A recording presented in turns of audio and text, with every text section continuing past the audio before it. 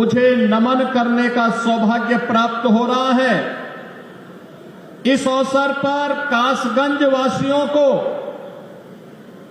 724 करोड़ रुपए की परियोजनाओं की सौगात भी मिल रही है।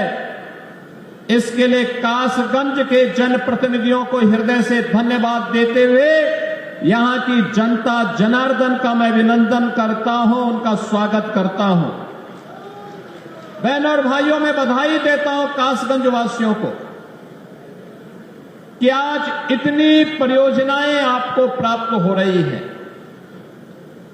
कासगंज, याद करिए, जब सृष्टि के निर्माण की प्रक्रिया आगे चल रही थी, भगवान श्री विष्णु का तृतीय अवतार 12 भगवान के रूप में इसी धरती पर, सोरों की धरती पर, इस धरा के कल्याण के लिए अवतरित होते हैं। सोरों की इस पावन धरा को, जो कासगंज जनपद की पावन धरा है, इसको नमन करता हूं। और ये हमारा सौभाग्य है, हम लोगों ने समझाई है, बल्कि उसको प्रभावी ढंग से क्रियान्वयन कैसे होना चाहिए, आज सोरों के अंदर चल रही विकास की परियोजनाएं, कासगंज के अंदर चलने वाली विकास की परियोजनाएं उसका उदाहरण है। और उन्हीं के लोकार्पण और शिलान्यास के लिए आज मुझे आपके इस जनपद में आने का सौभाग्य प्राप्त हुआ है। इन सभी परियोजनाओं के लिए मैं कासगंज वासियों को हृदय से बधाई देता हूं, अपनी शुभकामनाएं भी देता हूं। बहनों और भाइयों,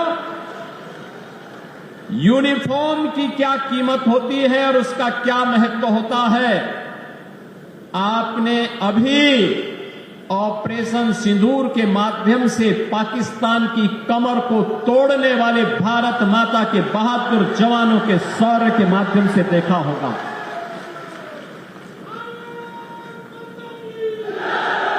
आपने देखा होगा कैसे प्रधानमंत्री मोदी जी के मार्गदर्शन में भारत के बहादुर जवानों ने पाकिस्तान को चारों खाने चित्त करते हुए उसको उसकी ही औकात में लाने का काम किया है। अगर हमारे पास मजबूत सेना नहीं होती, भारत माता के पास बहादुर जवान नहीं होते, तो पाकिस्तान जैसे दुश्मनों के रहते हुए देश की जनता कैसे सुरक्षित रहती, कैसे सुरक्षित रहती। अब तो भारत ने बता दिया है कि अगर हमारे एक नागरिक को भी छेड़ोगे तो अपने अस्तित्व के लिए जूझोगे, अपने अस्तित्व के लिए जूझोगे। और आज पाकिस्तान दुनिया के अंदर गुहार लगा रहा है कि जान बकस दो एक बार। बहनों और भाइयों, ये इसलिए क्योंकि पिछले 10 वर्ष में प्रधानमंत्री मोदी जी के नेतृत्व में सेना के आधुनिकीकरण को लेकर के, सेना के सुदृढ़ीकरण को लेकर के लगातार कार्य हुए हैं। और इसीलिए भारत की सेना दुश्मन के किसी भी प्रकार का मुकाबला करने के लिए सदैव तत्पर रहती है। अगर कभी दुश्मन ने कोई जरूरत की तो उसके घर में घुस करके, उसको मार करके उसका काम तमाम करने की पूरी क्षमता भारतीय सेना के पास है। बहनों और भाइयों, का कार्य आंतरिक सुरक्षा में कानून का राज स्थापित करने में पुलिस की हुई होती है। याद करिए 2017 के पहले का उत्तर प्रदेश कोई सुरक्षित नहीं था। सायकाल होते होते सड़कों पर कर्फ्यू जैसा दृश्य दिखाई देता था। उपद्रवी और उत्पाती सड़कों पर आकर तांडव करते थे। न बेटी सुरक्षित थी, न व्यापारी सुरक्षित था। हर तीसरे दिन एक दंगा होता था। पर्व और त्योहार के पहले ही लोगों के घर में, लोगों के मन में एक आशंका आ जाती थी, पता नहीं अब क्या होगा, अब क्या होगा। बेटी और व्यापारी की सुरक्षा पे सेंध नहीं लगा सकता है, अगर लगाएगा तो उसे मालूम है अगले चौराहे पर यमराज उसका इंतजार कर रहा होगा और फिर राम नाम सत्य है कि यात्रा निकलनी प्रारंभ हो जाएगी। बहनों और भाइयों, ये नए भारत का नया उत्तर प्रदेश है।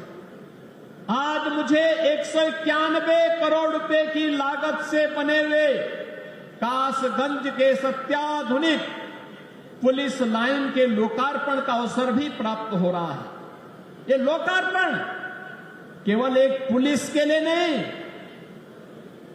पुलिस के लिए यहां अत्याधुनिक सुविधाएं दी गई हैं। 1000 बैरक बनाए गए हैं, 1000 पुलिस कार्मिकों के लिए बैरक बनाए गए हैं। यहां पर पुलिस के जुड़े हुए अधिकारियों के लिए आवासीय सुविधा भी दी गई है। पुरुष हो या महिला, कासगंज इसका एक उदाहरण बनकर के उतरी है। मैं इस अवसर पर उत्तर प्रदेश पुलिस को, उत्तर प्रदेश पुलिस आवास निगम को और कासगंज पुलिस को हृदय से बधाई देता हूं, जो इन सभी सुविधाओं का लाभ आज यहां प्राप्त करने जा रहे हैं। बहनों और भाइयों, आज यहां पर कासगंज के अनेक परियोजनाओं की सौगात भी कासगंज वासियों को प्राप्त हो रही है। मुख्यमंत्री कंपोजिट विद्यालय का शिलान्यास, याद करिए, मुख्यमंत्री कंपोजिट विद्यालय, यह शिक्षा का एक मॉडल बनने जा रहा है अटल आवासीय विद्यालय की तर्ज पर। अटल आवासीय विद्यालय 6वीं क्लास से 12वीं तक है, लेकिन मुख्यमंत्री कंपोजिट विद्यालय, बहनों और भाइयों, यह प्री प्राइमरी से लेकर के 12वीं तक होगा और हमारा प्रयास होगा पहले चरण में जनपद स्तर पर, दूसरे चरण पे तहसील स्तर पर, तीसरे चरण में ब्लॉक स्तर पर, चौथे चरण में न्याय पंचायत स्तर पर विद्यालयों की एक श्रृंखला खड़ी होगी और उत्तर प्रदेश के गरीब का बच्चा भी आधुनिक शिक्षा से युक्त होकर के देश के विकास में अपना योगदान देगा। शिक्षा के साथ साथ आज यहां पे स्वास्थ्य के लिए, स्वास्थ्य के साथ साथ यहां की सड़कों के लिए, पर्यटन विकास के लिए, पेयजल के लिए, नगर